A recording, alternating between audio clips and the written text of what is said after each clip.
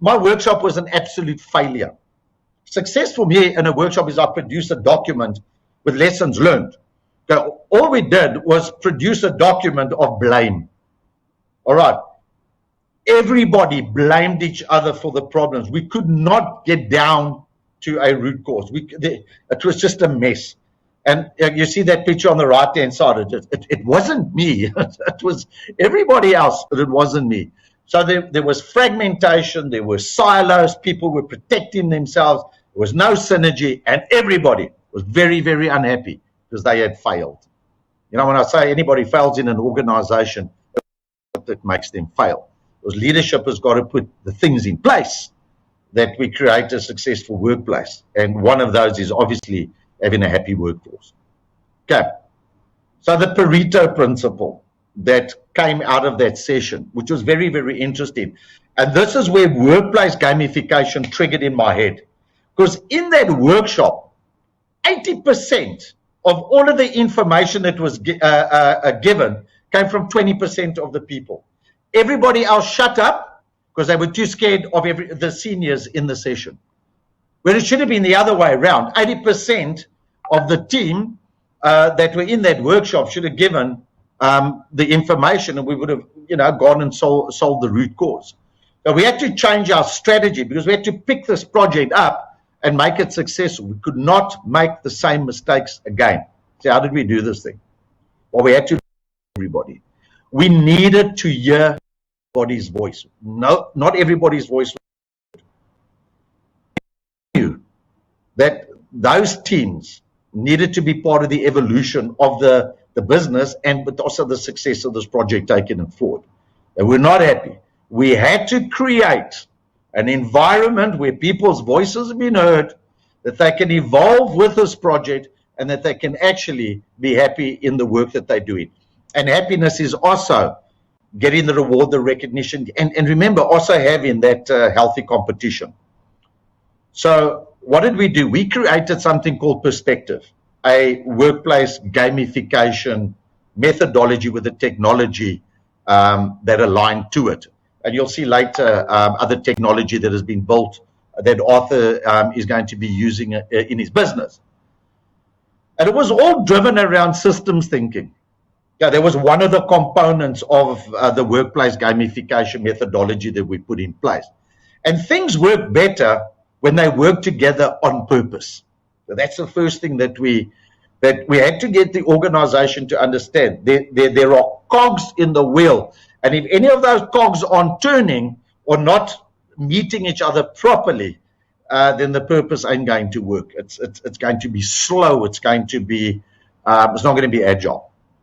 We then also brought design thinking into the process, and a lot of focus around empathizing. Empathizing is great. Empathizing is about listening. Empathizing is about feeling with somebody. Okay, it's not about blaming and pointing fingers. So if we want to get to a process where we're creating a resolution, where we're creating a better world for our organization, design thinking is one of those processes.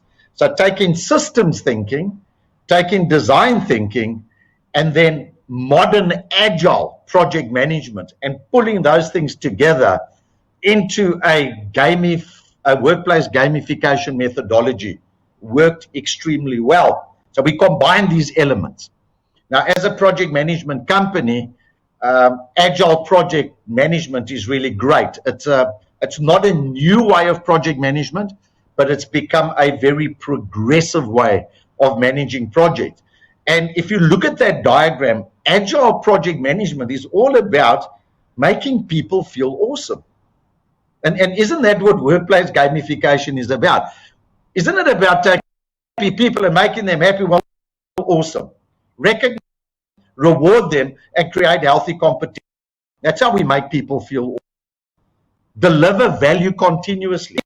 If we deliver value continuously, we'll feel, and we'll just continue delivering.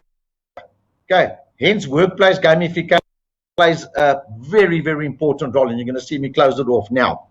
Make safety a prerequisite, and it's not only about safety in terms of harm of body and so forth. It's emotional safety. Okay, that humility that gives us safety. And experiment and learn rapidly. So workplace gamification allows us to go through a process where we can experiment, and guess what? It's okay to fail also. It's also okay to bump our heads, because we can react very, very fast to it in this gamified workplace environment. We don't only realize the mistakes when we get to them right at the end. So it's about amalgamating these three areas of management and technology. And this is what we built from a gamification perspective. So we said, okay, our first workshop was an absolute failure. I mean, they even blamed me because the project wasn't going so well, and I was just the facilitator. So it didn't go down well. I'd used something before, and it's called the ZOUD, the zone of uncomfortable debate. And many times we have to get into a zone of uncomfortable debate to get into the zone of comfortable debate. And workplace gamification allows for this.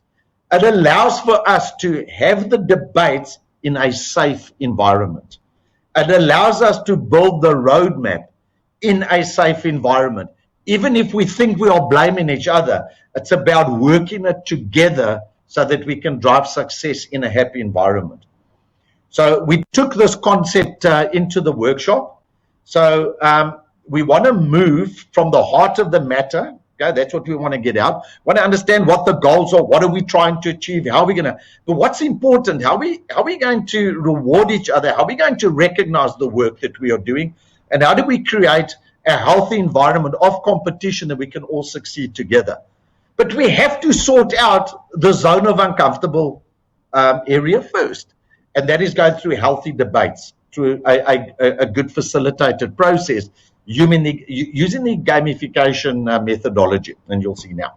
Okay, so this is the process flow. You can see I'm a project manager, so this is what we did, and I'm going to show you what came out of this. Beautiful. Just to prove to you how well gamification works, well, workplace gamification. So the first thing we did is we empathized with that team. Now you can imagine they all felt like failures. Everybody was blaming themselves. And we said, put that aside. We are going to take a game, we're going to bring it into the business process, and we're going to sort this thing out. And we went through empathizing. And empathizing helped everybody understand one thing.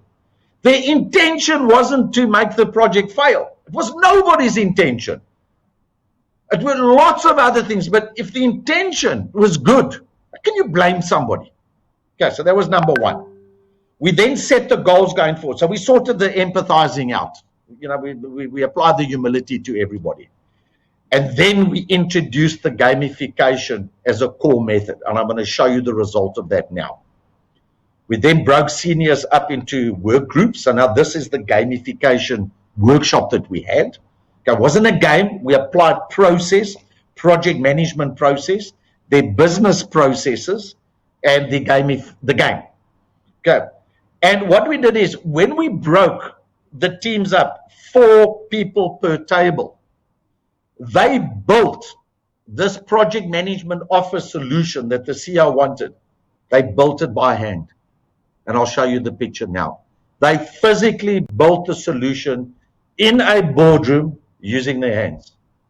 And then from there, we created the scope and the plan and all of the other stuff that came out of it. Okay.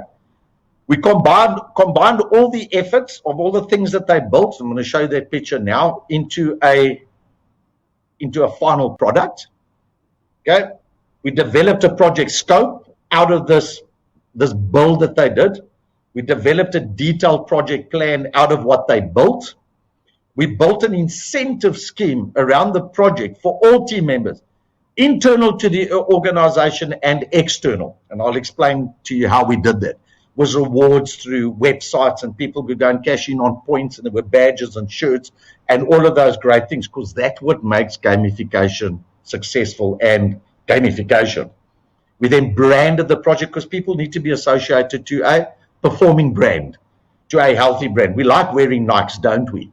Yeah, we like drinking Starbucks coffee. So we want to be associated to a successful brand. I think you can see now it's not only about playing a game, it's a process that we work through here.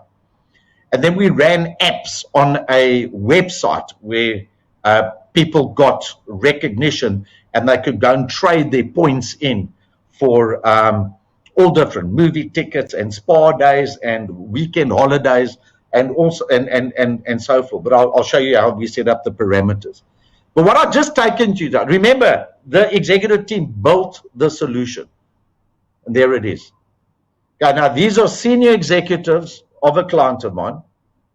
When I say senior, I mean these are owners of the business, of a very, very successful company, very, very wealthy company. You know, they can spend billions on major capital projects. And there they are in a boardroom, and they built their solution. So we had the business process, project process. Now we brought the game, the mechanics into it. And that's the final result. That's it. This year that you're seeing on this plate was a successful implementation of one of the best project management offices, and I'd like to say so myself, ever built. And that it came from this gamification process. So we built the game. From the game, we got the product scope. We built a detailed project plan.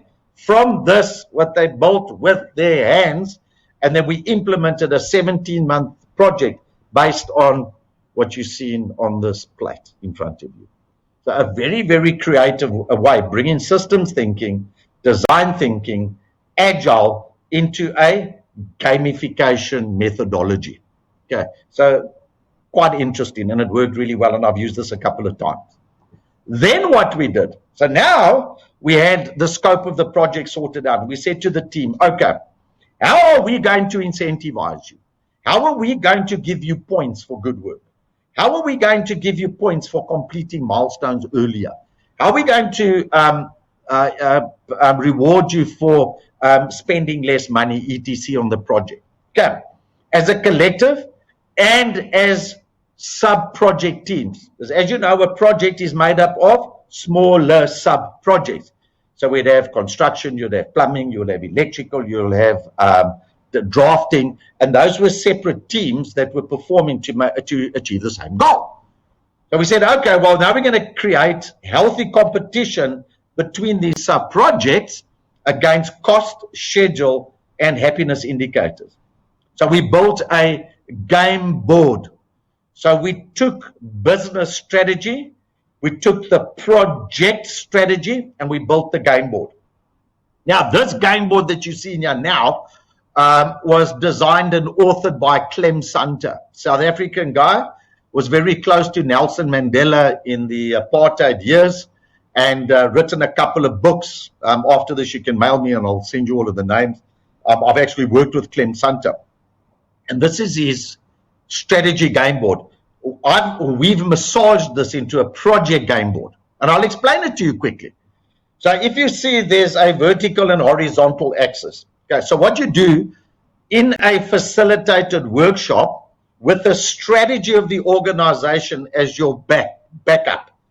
Nothing on your features if it doesn't support the strategy of the business. So we're playing a game here within the context of the strategy of the business. On the top, it says flagship. So the team defined the one word that it's going to make them successful. And this project team says, we're going to deliver a flagship project. It hasn't worked now. We had a Titanic, but now, for the rest of this project, it's going to be flagship. On the vertical axis, we're going to have a look and we say, okay, so what is the opposite of flagship? Well, it's failure. Okay. On the horizontal, if we are going to deliver a flagship project, what is the one thing we need to focus on continuously? And the team came up with innovative. We need to be innovative consistently around everything. And if we are not innovative, what are we? Well, then we status quo. That sits on the other side. And what we then did with the teams, we said, okay, what are the things that you must focus on every single day to be a flagship project and to be innovative, or innovative to become a flagship project? And there we go. Safety, courage, inspirational leadership, intelligent governance, dynamic communication, dynamic risk management, accurate performance measurement, breakthrough performance. And that's what they designed through the gamification process. On the bottom, if you're going to innovate and you fail, because you could innovate yourself into failure, they then have to determine what are the things that you have to do to actually fail trying to be innovative. There we go. Analysis, paralysis, complex governance, not constructing to scope, selective reporting, and information overload. Let's go to the other side. Doing things as you always do it and set yourself up for failure. Working in silos, neglected governance, conflicting leadership, fragmented communication, destructive compliance, and apathy. Well, what about the top? I can still deliver a flagship project maintaining my status quo if my business processes are mature and my people are happy. Right, so there is compliance to standards, ad hoc commitment, limited teamwork, insufficient leadership, and selective ownership. Well, we then agreed as a team that we want to work in that top right-hand quadrant all the time. And the incentives and the badges and the T-shirts and everything was centered around that top right-hand quadrant. If you performed in that right-hand quadrant, okay, you were given your rewards and incentives. But if you drop down into any one of the others, you would get penalties. And that's how we created this healthy competition. What we did every single month, you see those stars? We had people doing a dot vote, and everybody would go and stick a dot on where we were on this game board. And sometimes we could see the team moving down, moving up, and depending on the situation of the project, this gave us total goal focus through a gamification process. And you'll see the results that started coming out of the project. So there is the conditions that give us the incentives. What we then did is we branded the project. We had newsletters and we had shirts, we had keyrings, we had all of these incentives, the points where people could go and cash in on holidays and spa vouchers with their wives and movie tickets for their kids and so forth. And this was all done on an app, and I'll show that to you now. So we had the themes. We had kings, we had sentries, we had soldiers, and we had people that did intelligence. So we would have kings walking around with their shirts, we'd have sentries, and these were people that guarded the cost and the schedules and all of these good things. We had the soldiers that were really digging in and getting a lot of the work done that most probably wasn't getting done the way that it should have been. And then we had the intelligence people looking after all of the project control. So everybody was given a character on the project. And that just spawned a whole lot of creativity out of the teams. That it almost said, well, you're a very good king and you're a very good intelligence person, so just keep doing what you're doing. Because sometimes we put people in the wrong places. So this worked very, very well for us. We then built the game, the technology, where we tracked the value of the project. Now, I want to take you back to that earned value calculation, budget at completion, what I'm paying you, times your productivity. So all of the sub-projects had an earned value chart, and we were tracking their earned for the project. And now we had all of these different projects competing with each other, but using the same metrics. In this game, using the same processes. This is workplace gamification at its best. And you'll see the stuff that Daryl and Arthur are going to show you now. And this was then published on information radiators. Okay, so it's agile terminology. Information radiators. Radiators are, I radiate information to the organization. There are dashboards, progression in terms of that earned value that we showed you. All of this information was entered in on apps, which made it very easy. It was instantaneous. It was fast. The gratification was quick. The results could be seen quick. And where things weren't working well, we could see it quickly as well. All right, so it was mobile, team performance awards, performance dashboards. We would run surveys on the application. And then the website purchases, I just want to go and explain that quickly. A lot of people cashed in their reward points and took long weekends, which was paid for by their rewards, which was really great. You could go and buy tires for your car. So you knew that like in 3 months' time, my tires are going to wear out. You know, it's my reward is, you know, when I get this all done properly, then, you know, I can go and put tires on my car. So these you could go and buy all of these things listed on a menu on the project website, which was really cool. All right. There were happiness surveys done. And, sometimes it looked like that on the game board. And then we knew exactly where to adjust. What was interesting during the gamification process, when teams changed and new teams came in, that's where we had to play the game again. When you're bringing and changing people, your gamification process sometimes takes a little bit of a wobble. So again, it's a strategy that you put in place to ensure that your workplace gamification has sustainability, because it can fall over if you don't sustain it.